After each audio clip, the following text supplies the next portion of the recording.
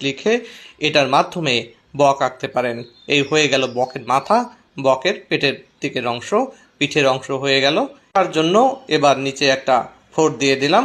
এবার লেজের নিচের দিকের অংশ হয়ে গেল এবং পাখনার অংশ দিয়ে দিলাম। পাখনায় কিছু ছোট ছোট পালক এবং পরে আমরা কিছু লাইন দিয়ে মূল পাখনাগুলো এঁকে দিলাম। এবার ঠোঁটের অংশ, ঠোঁটের উপরে একটু দিয়ে নিচে আর একটা দাগ দিয়ে দিলাম। এবার চোখের অংশ, চোখটাকে এভাবে ভরাট করে দিতে হবে এবং পাটা এভাবে একটু গোড়ার দিকে মোটা করে দিতে হবে। দুটো পাই এভাবে মোটা করে দিয়ে এর নিচে একটু পানি এঁকে দিতে হবে।